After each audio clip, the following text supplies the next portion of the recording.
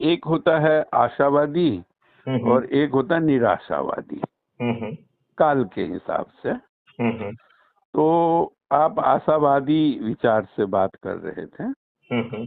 एक तो ये है। हम्म। दूसरा होता है कि एक व्यक्ति अनसेफ जोन में खेलता है, यानी नो गेम नो रिस्क। हम्म। तो कुछ लोग सेफ जोन में खेलते हैं। हम्म। तो एक तो ये विचार भी इसमें दिखा। हम्म। तीसरा ये है कि जब आप बॉडी को बना लेते हैं हम्म। और एनर्जी सर्कुलेट होने लगते हैं, हम्म। तो फिर ये व्यक्ति सब साथ आते हैं देने के लिए। ठीक है ना? हम्म। ये तीन बातें हैं इसमें। हम्म।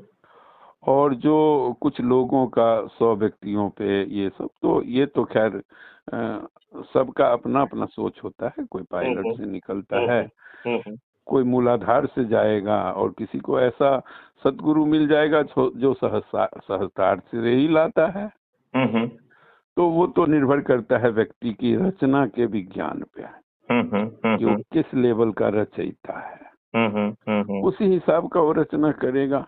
लोग जाल भी बुनते हैं और महाजाल भी बुनते हैं।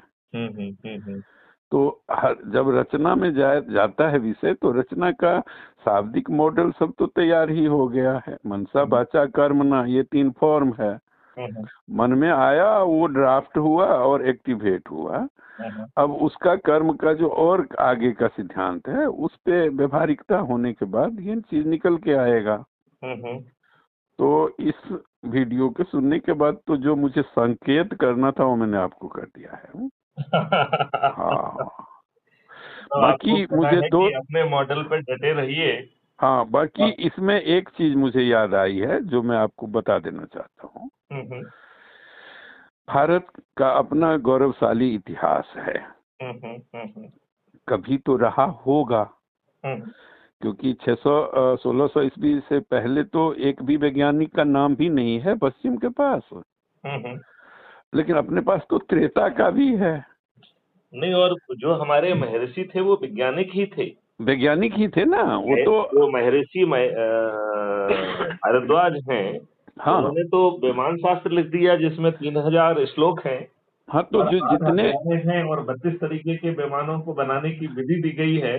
जी, तो वो महर्षि होने के साथ साथ वैज्ञानिक भी थे, और हाँ, उनका विज्ञान का ज्ञान जो है वो कॉस्मिक आराधना के ऊपर आधारित था।